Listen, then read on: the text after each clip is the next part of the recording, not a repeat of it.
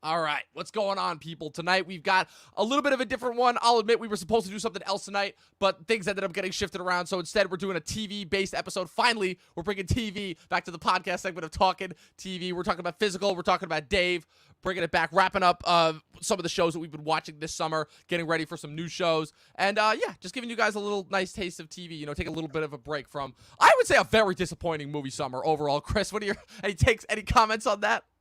Yeah, I'm just happy it seems like my team's winning. I mean, 2021 has been awesome for television and absolute garbage for movies. Yeah. So let's get into it, man. I couldn't agree more. Let's do this.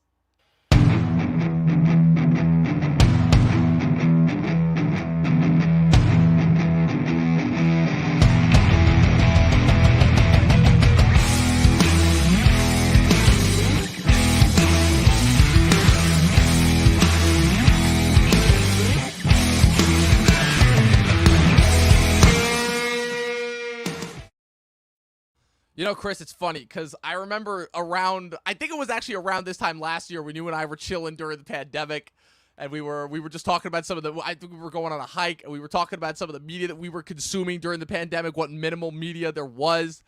And I believe you made a comment. I'm like, man, I think the TV this year has been really great. And then we were going over the list of all the TV that we watched from the first half of 2020. And it was like Westworld Season 3, Ozark Season 3. And you're like, oh, man, maybe the TV from the first half of the year wasn't that good.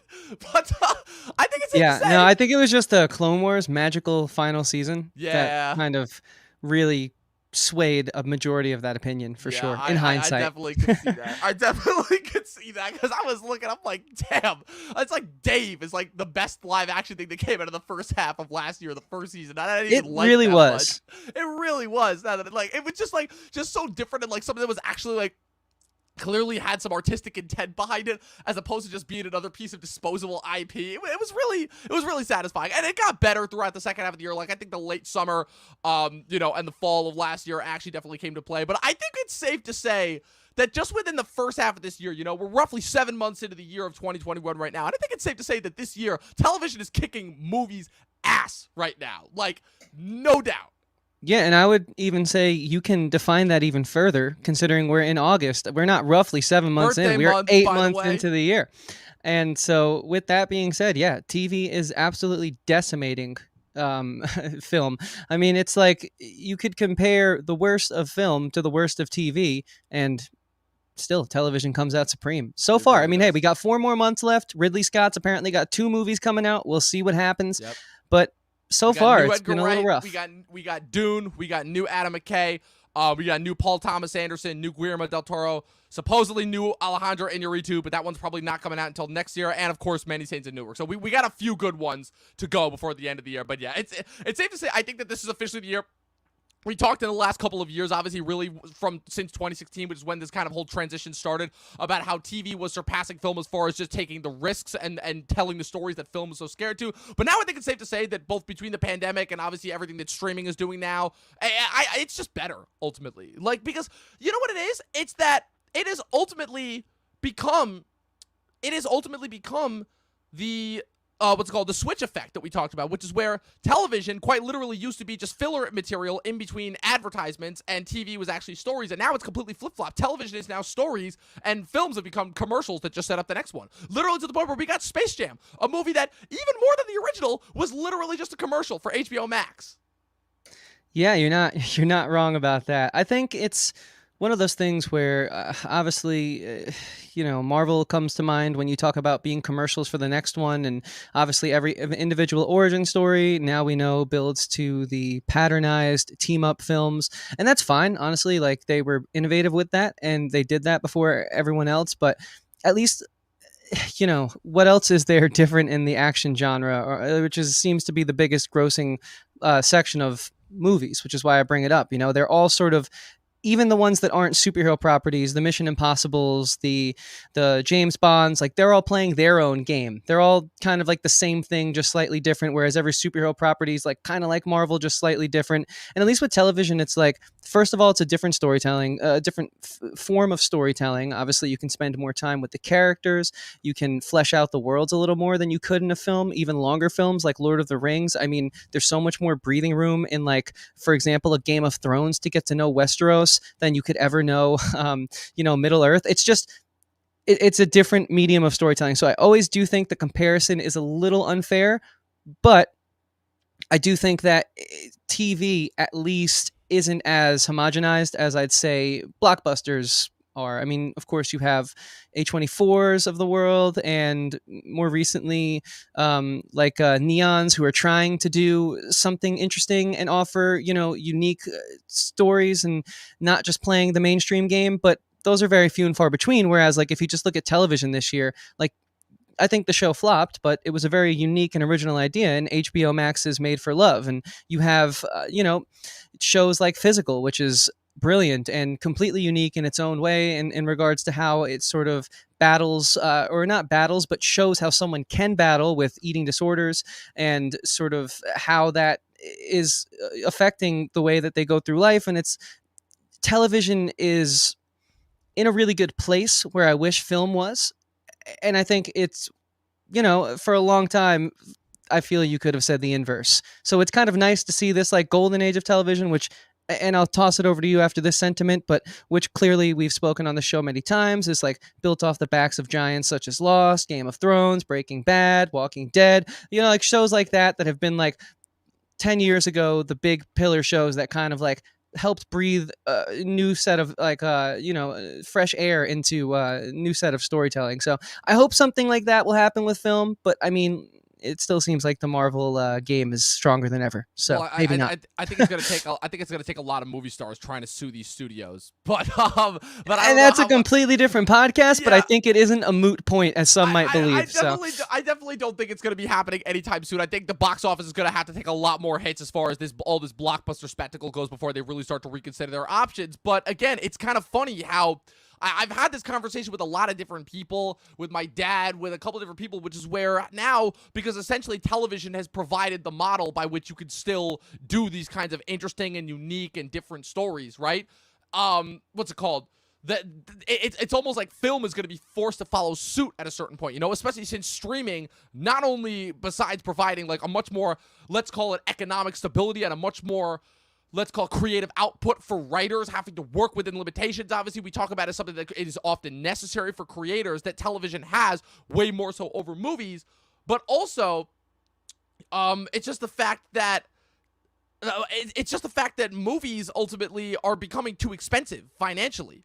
And you're not seeing the returns. So you're going to start to see more of a, hopefully, transfers, right, with television kind of setting up this new model now, Like, movies will always exist in their form, but, like, as far as streaming becoming the dominance over movies, I really think now more than ever, especially with kind of the overall expected gross that's come from this year with movies, I think that's inevitable now more than ever.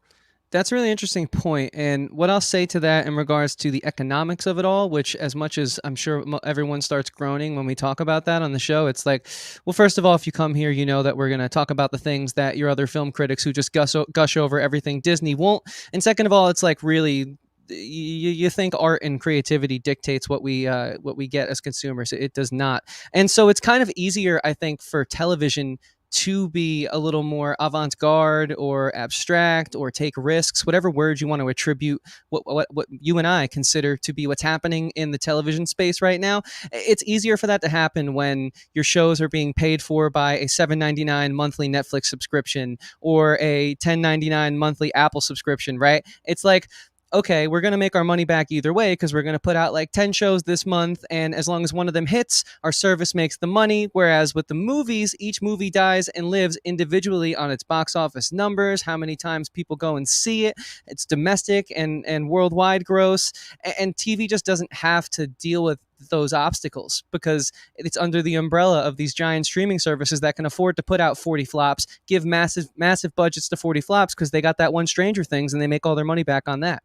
It's a bit of a different business model. Exactly. So I also do attribute that to why TV has a little bit more creative freedom. Absolutely. But it's smart and it makes sense ultimately. Again, why are you going to put all of your chips, all of your money into this one property when you can, again, distribute the wealth more so amongst all these creatives, have all of these different properties, and then as a result, get your one flagship property and then use that and to spawn off into 50 million different properties. I think the downside to that is that you don't get that one standout property, but hey, if anything, it makes it so that when that one standout property does come, it makes it even more special, you know?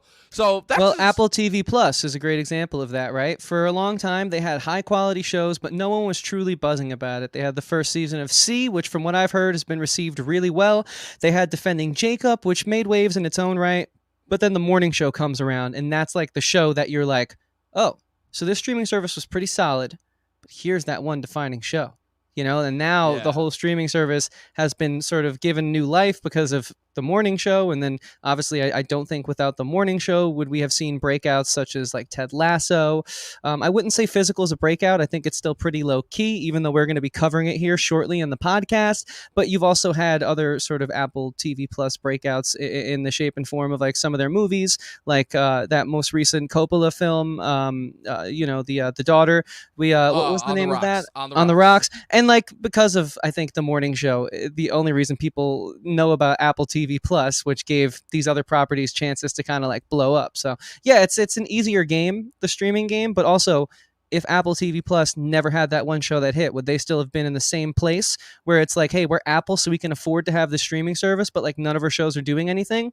You don't know. Yeah. So you do also have to have good content. I'm not fully letting TV off the hook. My final point before we start talking more specifically about the two shows we have for today is, you know, as much as I am a TV guy, I got to be fair. And I do think the business model is a little bit easier to have more hits than misses with the way that the monthly subscription kind of can pay off those failures that don't really land. Or, you know, how many shows on Netflix never get a second season? Exactly. That's what I'm talking about. How many shows on Netflix don't even get watched by, you know, their first season? Yeah, I can think that of a too. lot. That I can think of a lot. Yeah.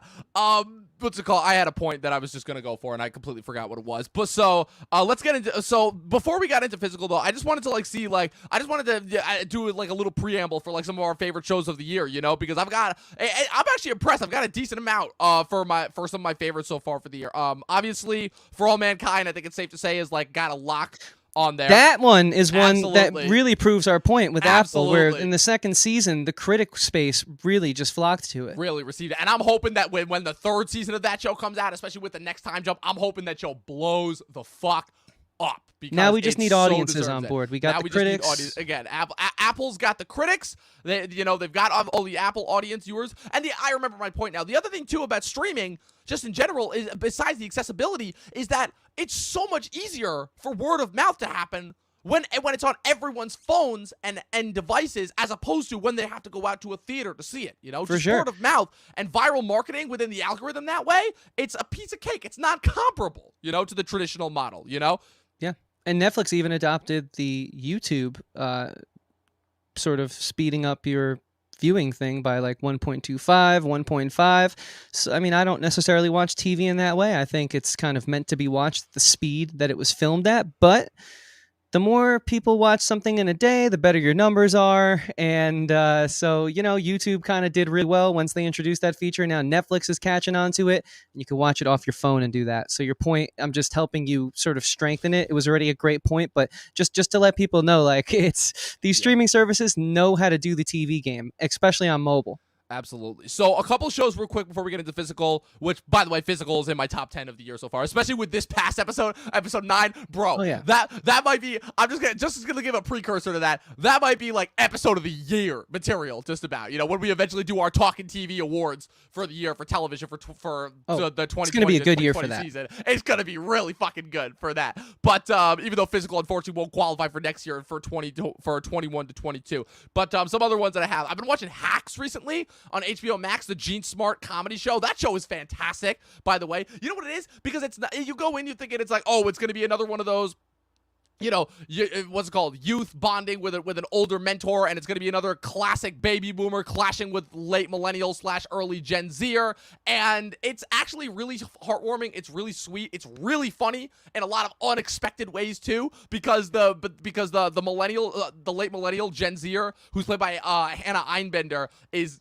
absolutely like fantastic in this. And the whole thing is she's able to actually go toe to toe with Jean Smart whenever she throws a jab insult her way, and they kind of like force each other to become better people even through the result of it, even though like they still claim that they hate each other. It's a really, really interesting and unique, different type of show, especially since coming from a service that had a pretty rough start for the year. I definitely would recommend it. Invincible, definitely. Bad Batch, good year for animation, really, definitely. And now we've had two like really short, confined Netflix anime series with the Masters of the Universe show and the third and final season of the Transformers War for Cybertron trilogy that started last year. Kingdom, man, you guys have no idea how satisfying it is to see the Autobots meeting with the Maximals. That was You checked out that He-Man show?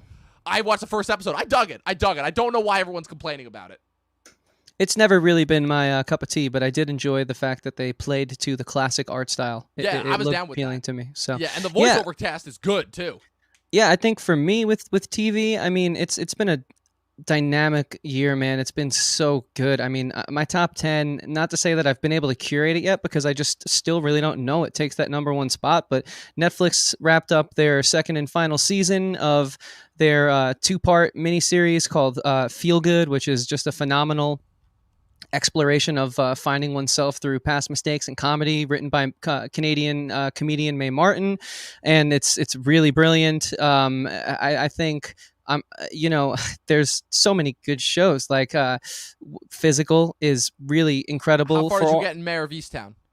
I haven't picked that one up yet. I do plan on it though. I plan on picking that one up and Hacks as soon as I finish. I'm currently watching Atypical right now, the final season, the fourth season, and this show is one of the most criminally underrated shows on Netflix because it is far above Netflix schlock. Like I almost wish it was an HBO show. It's I think it'd be best on Showtime or Stars, but it's just a little too good for Netflix, and it kills me. But hey, they gave it 4 seasons, which they don't do for most shows, so at least we got to see the completed vision, and that one's been charming and amazing as it always is. And then lastly, I mean, you have Bad Batch in animation, you have Invincible, and there's so much more to look forward to, though. I mean, I can't wait for what we do in the shadows. I can't wait for Afterlife. I mean, both of them, and their season 3. Season 3, third and final season. It's happening. Third and final season. I mean, it's just, we have already been just so blessed with television this year. Like even the shows that I thought were subpar, like I said earlier, HBO's Made for Love, still wasn't terrible. Like I was still able to get through it. Like I didn't stop watching it all the way through like I did with HBO's Run the year before. Like it at least was. Oh God! You know what's funny? I was literally just thinking about that show. I was sitting in the bathroom at work the other day, and I was just thinking, I'm like, shit. Remember Run? Remember that show? Whatever happened there? And then I remembered why we stopped watching it. And I'm like, oh yeah, that's what happened. And so I just think it says something when even the worst seasons, you're like, okay, I'll finish it anyways. Like it's not that bad. And there's nothing on my watch list that's that important to watch right now that I can't finish this. Like it's a good sign for a good year. But yeah. Yeah, that's where I'll leave it. And also, I'll just, in order to wrap it up before we get to physical, this year finally turned me into a Ted Lasso fan, because this past episode of Ted Lasso, I'm officially on board now. This show is one of the best shows, one of the best comedies on the air right now. And like I said, just name a few, obviously coming up. You mentioned a few, I'll add a few to that. Oh, you got Heels, the upcoming wrestling show with Stephen Amell. That actually looks pretty good. I've been checking that out. Wait for that. Reservation Dogs, Why the Last Man, Impeachment, American Crime Story, The Morning Show Season 2. Foundation, The Shrink Next Door, The Witcher Season 2, obviously my show, Succession. Hopefully we get Industry season and his Dark Materials, those next seasons back before the end of the year. But also, before we get started, just a shout out to Cobra Kai and the fact that show got a freaking Emmy nomination. We started the year off so strong with an amazing Cobra Kai season. Oh yeah, I really enjoyed this season. Big step up from season 2. Which is like my favorite season since the first season, because it's this is ultimately where the machine gains sentience. This season of that show just became so unbelievably corny and self-aware to the point where I'm like, I was even asking myself, I'm like, why am I watching this? But then on the other hand, I was like, but it's so fucking good, I can't. Yeah, and we even have a Halo series coming that apparently the budget seems to be endless, and a Lord of the Rings series coming. I mean, television is on its game right now. Kicking movies ass right now. Yeah. So with that being said, guys, before we jump into specific topics, I want to while we're talking about, kicking things asses, I want to ask you guys to help us kick this statistics ass. So, did you guys know that 19.3% of all viewers on your channel are unsubscribed? That might seem like a low number, but I don't know, our channel, we get roughly a couple thousand views a month. And imagine if that 700 to 800 of you guys were subscribed. I mean, that would be unreal. The growth would be astronomical. So we're asking that we take it from 19.3 and make it 100%. So let's kick that statistics ass, guys. Hit the subscribe button, hit the like button on this video, and please turn on the bell so you get notified. And then you can subscribe and never miss when we post. We'd appreciate it a lot. All right, so Chris, you ready to talk about physical? I've been waiting patiently, for sure. I mean, what more can you say about this show ultimately? Like, it's funny because, like, I'm like, damn, first of all, 2021 is the year that shows me that Apple TV is, like, quite possibly the best place to watch, like, just great original content that's, like, actually, like, good. And second of all, like, I like this show, like, I've been seeing a lot of shows that have, like, kind of transcended the whole 30-minute shows having to be like strict comedies for like the last couple of years. I feel like Glow really kickstarted that trend.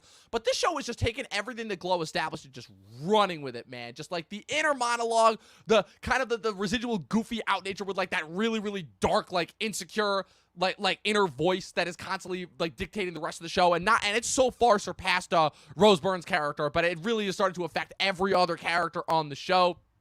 Her husband is just proven to be an even bigger and bigger douche tool as time goes on. But, like, the writing on this show is so good that they still do a good job of, like, making you understand where he's coming from, even though you know, okay, he's the obligatory douche tool that she's eventually going to leave.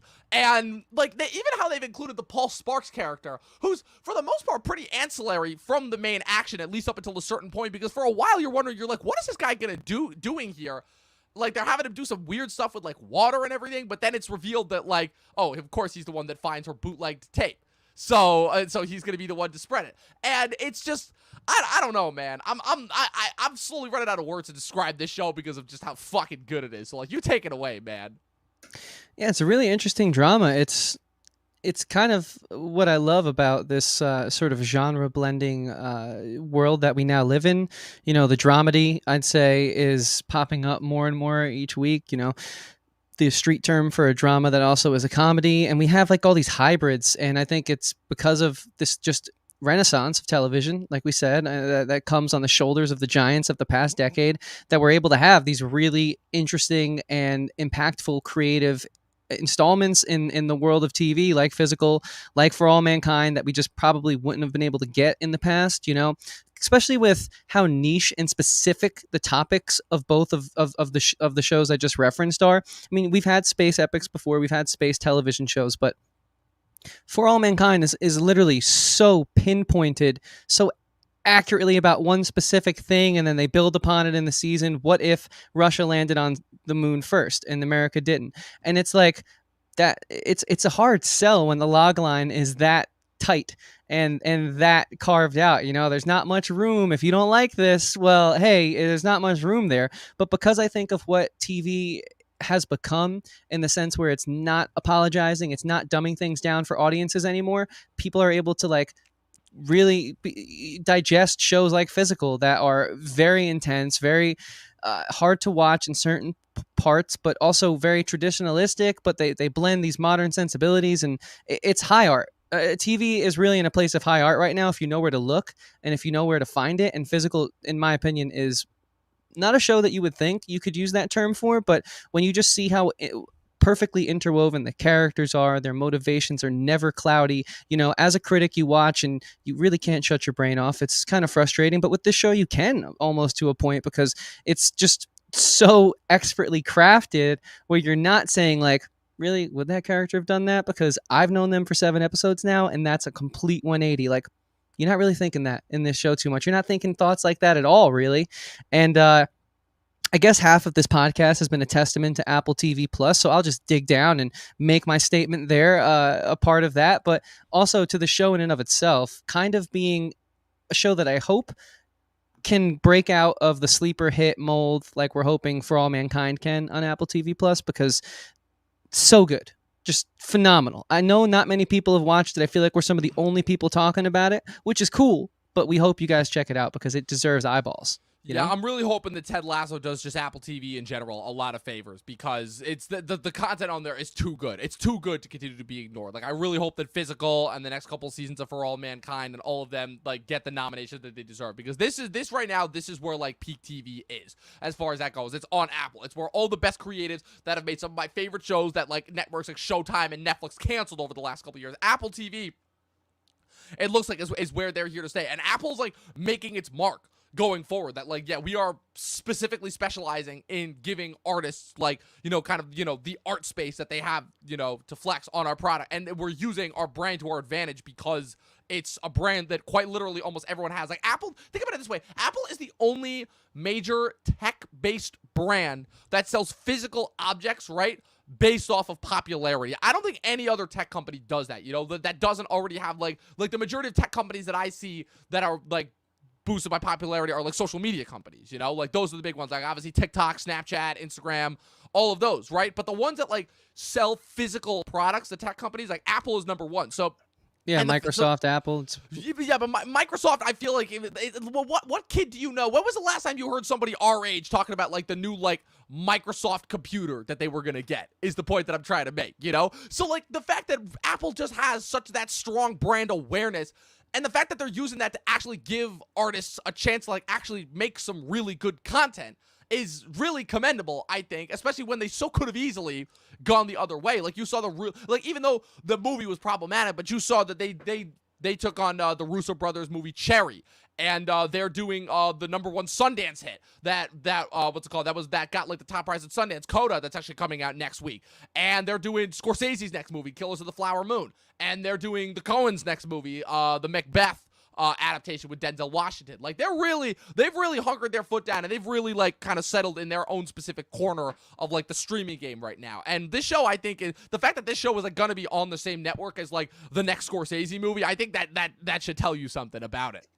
Yeah, and I also think Apple, quite literally, if they keep up their careful curation, like we spoke about many times on this podcast before, HBO's swung a few times this year and missed, but Apple, so far from what I've watched, is really crushing it. And then from what I've read for the shows that I haven't watched, like like Defending Jacob, not many people are complaining. It's just a matter of their marketing is pretty lackluster, so not many people are watching.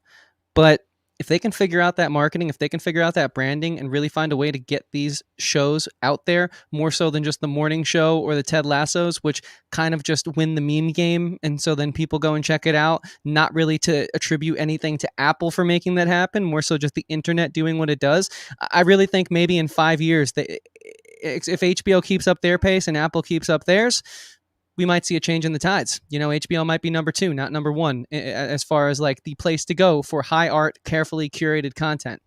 It's pretty crazy as far as that goes. I never once thought that it would be this good, mostly because nothing that they made just seemed appealing to me in general. And now they're like making, like, for me, like the most watched stuff. Like now all their shows that they make now, like, I'm looking forward to. Like, I have no idea necessarily what Foundation's about. I have no idea necessarily what Mr. Corman's about. The Shrink Next Door, I heard the premise. It sounds fucking insane, but just the fact that it's on Apple, I'm like, I can't wait. And that's just the type of curation that I'm going to watch C. The promotion for that's actually been pretty good. We have Batista now in the new season. Yeah, I saw that. I saw that, dude. It looks cool. It looks really cool. It looks like a cool show. Like, I think it's finally time I check it out. And I wouldn't have checked it out if Apple hasn't slowly been winning me over time and time and time again with its series. And so, this is the physical segment, but I think Apple does deserve to come up. So if you have any final thoughts on Apple, I do have like a few more sentiments. I was gonna say before we got into it, I wanted to talk about this episode specifically because please let's do it. We talked a lot about the show in general, obviously on our variety shows, right? We're finally given it's been so good, the show, that we're finally giving it a segment on our actual podcast. But I wanted to talk about this past episode because this past episode, it's funny because in just dramatic television in general, The Sopranos kind of started this trend. We kind of see this, right? Whenever we ramp up to like the end of the season, right? We really see that the penultimate episode is like really like kind of where all the crazy stuff goes down. And then the final episode is kind of where like you get the wrap up and transition to the next season. And you see all the characters are just at their lowest and also simultaneously at their highest in this episode, because you had Sheila's housewife friend, what's her name? Crap, what is her name? Grace, Greta. Greta. What's it called? Greta finally coming to her own last episode, after after an entire season of being like this kind of really meek and timid character who constantly felt like was just trying to make friends with and idolize Sheila, but Sheila was just kind of too in her own head to really recognize just how nice this woman was being to her. And it finally came to a head, and they were finally able to like have a really intimate moment with each other in a way that like was kind of missing for a majority of the show. And then just like everything is coming to fruition, right? The boyfriend, Tyler, is now unfortunately going to have to most likely give up the one thing that he loves, surfing, and because he's got a hearing problem. They find out that someone is bootlegging their tape, obviously, and of course it's Tyler's dumb fucking surfer friend. That scene was just it was such a great lead up to, because it was such a like, that was the only traditional goofy corny moment when the four of them were like in the car like doing the slow-mo walk towards the house, and then you just see this moron just sitting on the side of the pool. But it was so tasteful. It was so tasteful. It was so You good. know? Like that was the only Like, it moment where I called probably for it. laughed. And then what's it called? And then of course, obviously, but Sheila's also rock bottom because her douche tool husband Danny, unfortunately, like, can we just talk about Danny and just like what a loser he is? Like from the get-go, it's like I don't think there's ever been I know that like he's definitely done a better job of like kind of surpassing this stereotype, but I don't think I've ever seen more of an obvious example of just a loser husband. I think probably the only other recent example that I can think of is the husband is Mike's dad from Stranger Things, who I think the majority of his characteristics is literally just sitting there on the chair, like constantly like in some state of like falling asleep. But I feel like Danny this ultimately was just Danny at his worst, because Danny found out obviously about Sheila basically draining their finances because of her disorder, which obviously she is still not coming out to anyone about, and understandably so. And so you find Sheila in this really weird position where she kind of has to kowtow to Danny, even though Danny is still being just absolutely obnoxious. But then Danny obviously commits the ultimate sin, which we kind of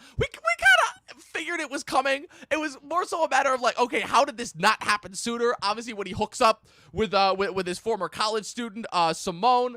And then obviously their 5-year-old daughter walks in on them, and I'm like, oh man, this is next level storytelling right here, is what it is. Because like, it got messy real fast. It did. I didn't want to turn this into a plot recap of the episode, but this was the first episode that really made me go like, okay, this is like best of the year material right here. It's really, really good. Yeah, I think what you've been speaking a lot about is like characters having their motivations questioned, but I would beg to say that these characters are more dimensional than you're making them out to be. In the example of the surfer guy who can't surf anymore, he also has his filmmaking, which is a passion of his, and his girlfriend who he loves, who's really good to him, and he's just needs to get his stuff in order so he can, be a good partner to her. And like, it's not the only thing that he has, he is failing to see that right now, but it's really cool because I'm hoping we can predict like a solid character shift there. And then in regards to Danny too, like I feel like you kind of made him a little more one note, because he kind of showed a moment of sympathy, and I'm curious to see how it plays out in the finale, where he's like, does she have an eating disorder? Like, I'm not sure. And that was pretty selfless of him for the first time to really show genuine concern. And so I think this show has done such a good job of like setting up all these dominoes, and now we're kind of knocking them down. And when we build them back up in season 2, we're going to have a similar, the same cast of characters, but with the completely new direction of where they're going, kind of like One Ted Lasso is doing right now, where the motivations and the quarrels and quandaries of the characters for all throughout season 1 got to that point, and they've shifted, and now it's kind of like, okay, we're watching this family develop together. And I feel like that's kind of what's going to happen on this show. And it's really great how these Apple writers rooms have this much depth in every character. I mean, even in like the character of the campaign manager, at first you think he's just this loser. What's his name? Jerry. At first you think he's just this stoner guy who, can use his words to like wind up the young people still, but that's all he can offer. But you actually come to find out that like, he's actually not terrible. And the one thing that he did was, rightfully so, as a campaign manager, do his job by bringing like the misappropriation of funds to public. And so it's like each of these characters can surprise you at every turn, and of course all of them like hedging on Rose Byrne's character, who's just phenomenal. And it's been so much fun to watch her sort of come into her own and realize like, all right, I have a passion and I won't be able to quite do what I want to do with it, but like I did let down my husband, but I could still get him money because these tapes are selling like hotcakes. And so I really love where we're going. It's like, yeah, these characters have a lot to figure out, but at least they're like people who are trying to make it work. Whereas in other shows, it would just dissipate, fall apart just for the sake of like a shock value at the end of the season. Like it feels like we're going to get to meaningful resolutions that play into like the characters that we've kind of, I'd say, grown to love over the course of this season. And so that is what impresses me most about this show. Just the depth of presence each character has. Really. Yeah, it's a great show. It's one of my favorites so far of the year, and it really is one that I feel like a lot of people more so should be watching. But real quick, did it get renewed for season 2? Because I didn't see an official season 2 confirmation yet. Yeah, I'm not sure how that works. I don't really know if Apple does those types of press releases. I've never seen much coverage. Only because they did it for All Mankind. They like made a pretty big deal about that getting renewed for season 3 and Morning Show getting renewed for season 2. And I think they already announced too that For All Mankind actually also got renewed for season 4 as well. So they definitely do them. That's why I didn't see one official one for physical yet. I'm assuming it has been. I'm assuming they're just waiting until the finale next week, because that's usually when these types of announcements get made. But the last thing that I'm going to say on this show before we move on to our next topic is Rose Byrne. Seriously, I mean, so Gene Smart is, I think, a shoo-in for winning the Emmy this year for Hacks, for actress comedy, but give Rose Byrne the Emmy right now, next year. And honestly, if they do that bullshit where, oh, there have been so many more shows that have come out since then, and oh, that show came out so long ago because it was in July of last year and it's September of 2022. If they pull that bullshit as far as justification for ignoring this show, I'm going to be pissed, because it's so good. And like I said, as I was talking about a couple weeks ago with AJ on a variety stream, like, to me, like I said, the reason why I'm so much more scrutinous towards the Emmys now is because, unlike the Oscars, which it seems like it's every once in a blue moon, almost by accident, that the Oscars actually give the right movie the award that it deserves, but also because of how out of touch they are. But the Emmys, what's so frustrating about the Emmys is the fact that so much of the time they're this close. They're this close to getting it dead on. It's almost always just a few choice nominations that you're like, really? You could have had a badass category here, you know? Same thing with the winners too. I guess that's why I'm so much more scrutinous on the Emmys than I am towards the Oscars, because like they gave Succession the win last year, which like nobody was expecting, but because they had the pandemic, they actually were able to catch up on it and realize what a great show that was, you know? So They definitely have a popularity problem. I will say that, Game of Thrones last 2 seasons being, prime examples of that. But I definitely think that like when push comes to shove as far as picking like the right content that deserves these types of awards, I definitely think that like the Emmys definitely get it right way more so than the Oscars. So I really, really hope that the show gets the accolades that it deserves, rightfully so, for Annie Weissman, the creator, the directors who have done majority of the show, Liza Johnson, Stephanie Lang, Craig Gillespie, who knocked it out of the park with that pilot. Like, I really, all of the entire writing staff, like, this show really does deserve all the accolades. And definitely more people should check it out, because it's one of the best shows on TV right now. Yeah, I totally agree. I think the only thing I can further say about this show is that I'm really excited for the season finale. I'm sad to see it go. I do think it will get a season 2, though, because it's just so expertly crafted. So the worst we're going to have to do is wait to pick up with these characters who I've really grown to love. So I highly recommend everyone check it out. Apple TV Plus has some killer content. Physical is definitely amongst that batch, and I can't wait. I'm very excited for the finale. It's going to be awesome. Yeah, so let's talk about Dave. Dave is a show whose first season I was not the biggest fan of, but not because of anything creatively involved with the show. Creatively, the show, I thought it was an absolute pinnacle of artistic talent, and like I said, I love Lil Dicky as a rapper. My whole thing, we talked a lot weeks back about like when this show premiered, about kind of how you really have to be in on kind of the Lil Dicky persona and everything that he's going for in order to like really get the grasp of the show. And I'll admit that is something that definitely has been lost on me, because I wasn't like in on the viral videos that he did, obviously at the beginning of his career. But I definitely think that he's a talented ass rapper. And I will say that season two is kind of reminding me a lot of what The Boys and The Mandalorian season 2 last year did, which was where they were following up on really, really impressive debuts and then expanding on that and going in really interesting new directions, which is something that you wouldn't expect for, at least for those, it was a difference in era, because those were like kind of really main like blockbuster-esque status things, with The Mandalorian being Disney Plus's flagship show and The Boys kind of being the first show that actually got some eyeballs on it for Amazon. But Dave is a little different, because Dave is, again, clearly following in the footsteps of Atlanta as far as being kind of this, this personification of this, of this rapper's life, that goes into the show. But obviously he's being a lot more experimental with it than I feel like a more traditional show would be. But the thing that I'll definitely say, we're what are we, 8 episodes roughly into the second season right now? I will definitely Not roughly. We are 8 yeah, episodes in. yeah, there you go. We're 8 episodes into the second season out of another 10 episode season, and I can definitely say that this show is definitely getting a lot more inside Lil Dicky's head than the first season did, and understandably so. And I think that's why, even though I'm still not entirely on board with the show yet, I'm definitely way more into way more into this season than I was last season, because last season I kind of watched it all in a blow. There was a lot of that last season. I watched I watched Dave all in one sitting. I watched Ted Lasso all in one sitting. I think now that I'm actually like getting to watch these shows on the week-to-week basis like they deserve, I'm actually getting to like appreciate these shows in the way that I was meant to. But with these past 2 episodes specifically, you know, obviously with episode 7 with the alley flashback, kind of how they met, and then with this past episode with them kind of losing the house and them having to move into Dave's parents' place, and Dave realizing that him losing Allie is what's caused this creative block that he's been experiencing this entire season. Like, it's much more introspective, and I think it's much more engaging as far as kind of the content goes. But like, I don't know, what's your take on all this?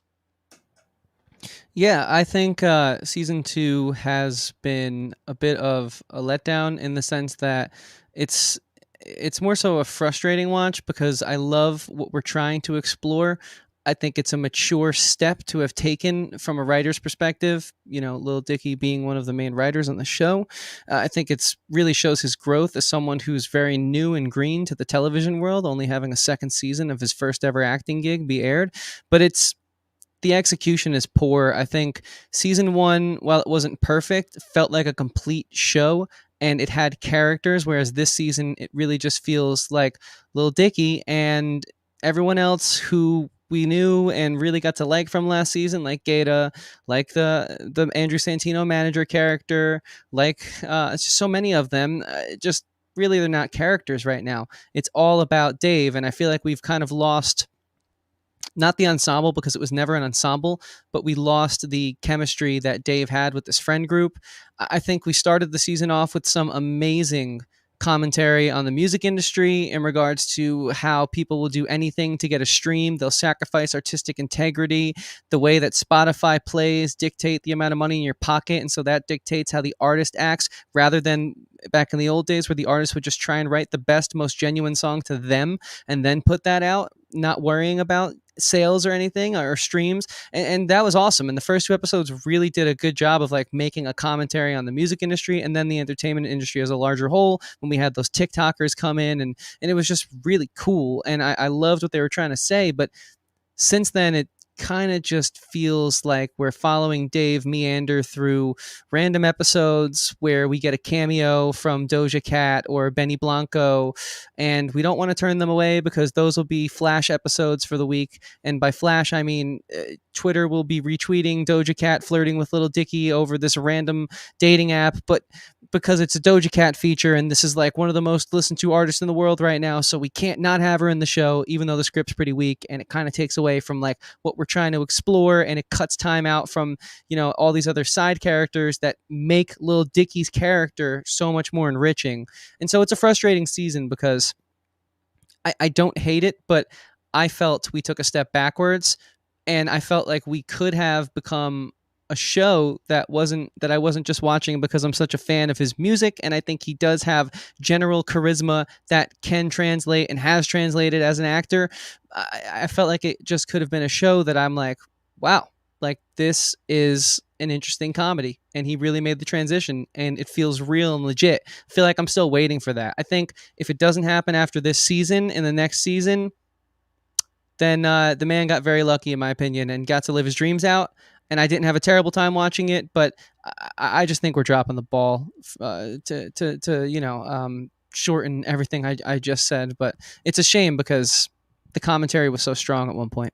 Let me ask you something. So do you think that's almost like to the intent of the show, right? In order to kind of like isolate him from everyone else and make it so that like, because I definitely see where you're coming from as far as kind of how the celebrities, right? Like how they do Kareem Abdul-Jabbar, literally like that episode. I'll admit that was a pretty weak episode, and literally just how that's like an excuse for them to like, for him to like have the Kareem Abdul-Jabbar bit, because the whole thing is that like he raps about it, but he doesn't even know why he's rapping about it. He's just doing it because the name rhymes and sounds cool, you know? Like I feel like that's almost like to the intent, right? Where like the show is clearly like a personification of of kind of like whatever he's feeling right in the moment, right? Where the first season, you're right, is this really interesting commentary on the music industry, and maybe it's the fact that like maybe he personally feels frustrated about the fact that he hasn't been able to put out an album out in the wild, so now he's kind of putting that into the show. You know, like I'm just speculating here as far as that goes, but only because I definitely feel like I personally am getting more out of this season than I did last season. If only because I felt like any of the smarter bits that were talked about in the last season were kind of overshadowed by some of the more like more immature humor bits, you know, where it's like it ends with the milking table bit, and I'm like, I'm just like, okay, really, like that's, and like the one episode where like they end up breaking up, which is, in my opinion, a pretty bad episode, ultimately. And then he just literally just has to take a shit in the woods. And that's what it comes down to. And I'm like, oh, so this is it's a large part. I'm like, oh, so this is the type of humor that this is. No, the signs have always been there, but at least we explored relationships last season. You know, we explored the relationship with him and his best friend producer, with him and Allie, with him and his manager.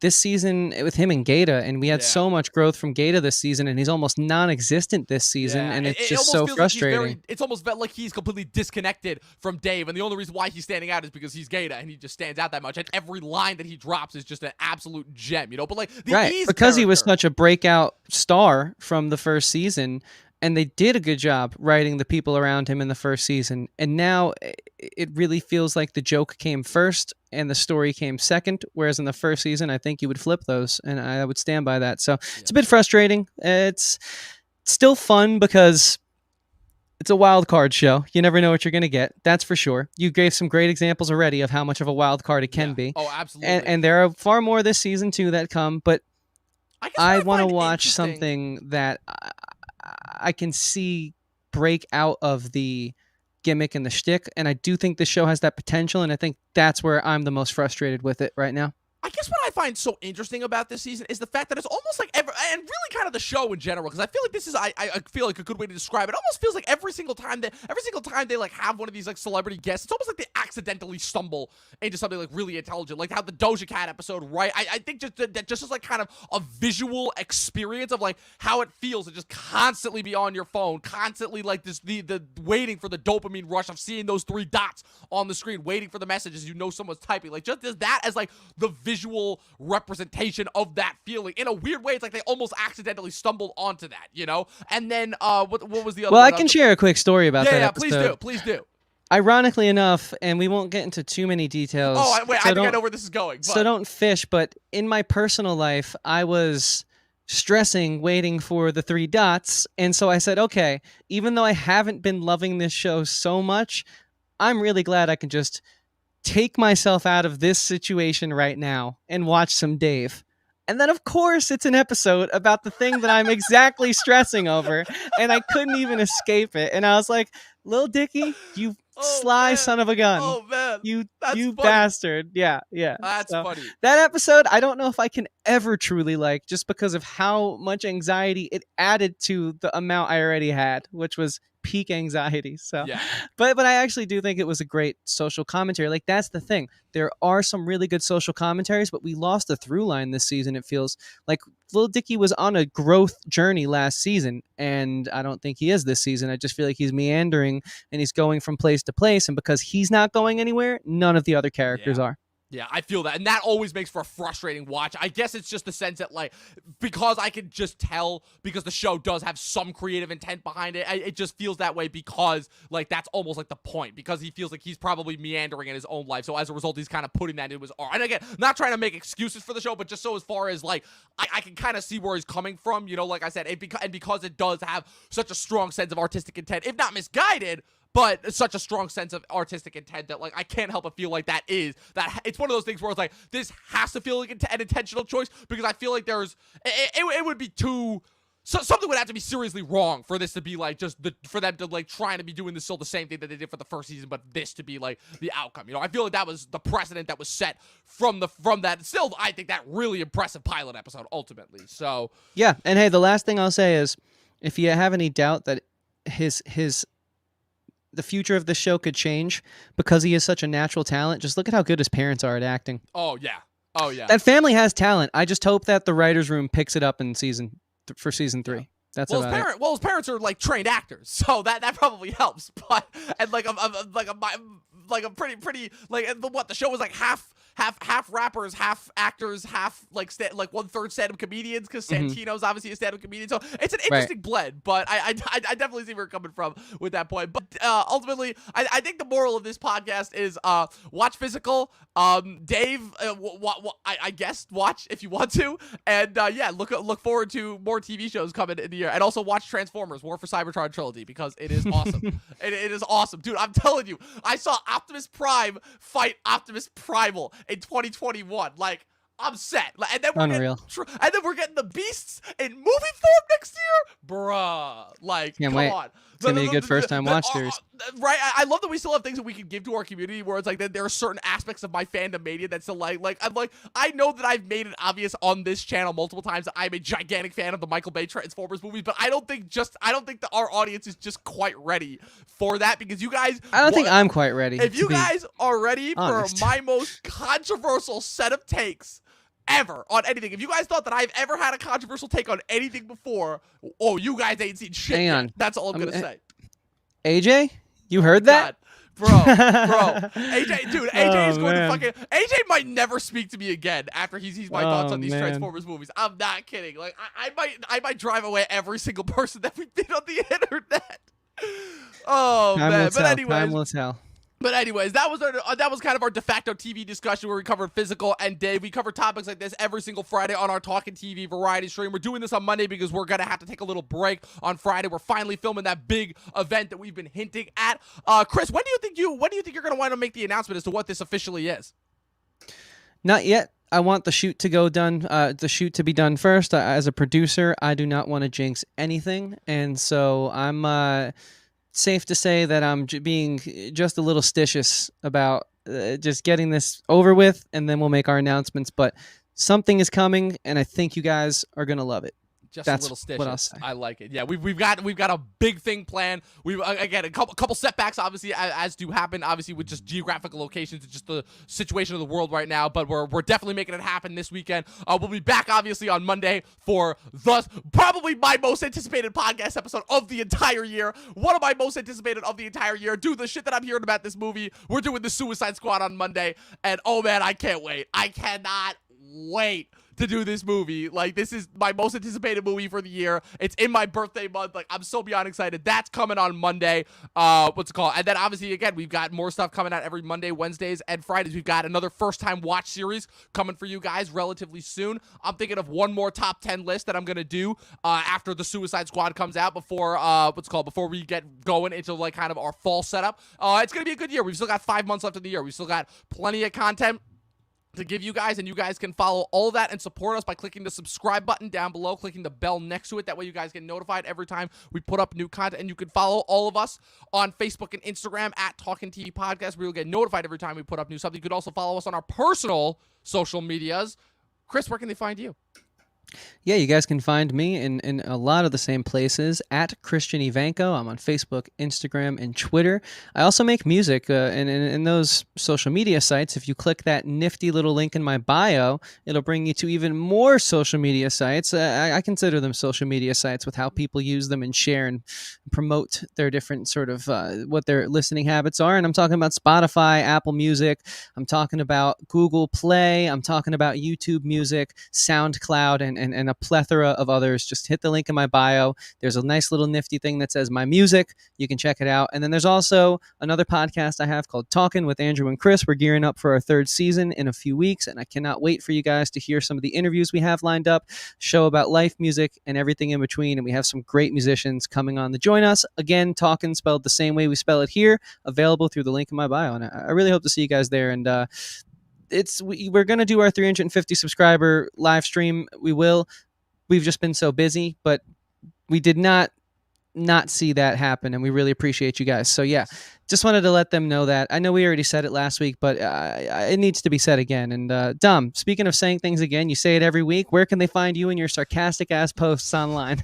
At Movie Nerd Reviews on Facebook and Instagram. I think my most recent Instagram post was me commenting on Jared Leto's wild new look in House of Gucci. Good Lord, like I said, it's like the man is constantly in a competition to one-up himself as far as how ridiculous he looks in each movie going forward. I put that up. That you guys can follow all of my stuff on Facebook and Instagram. Where Facebook, I'm mostly just just making annoying, obnoxious movie posts. But Instagram, I try to be slightly more clever with what I post. I'm not a social media conscious personality, so I just kind of put out whatever I feel like, and hey, people seem to like it, I guess. So follow me there at Movie Nerd Reviews on Facebook and Instagram. And as always, people, you know the deal. 12 seasons in a short film, and watch more fucking movies and TV. In this case, Apple TV. Peace out, motherfuckers.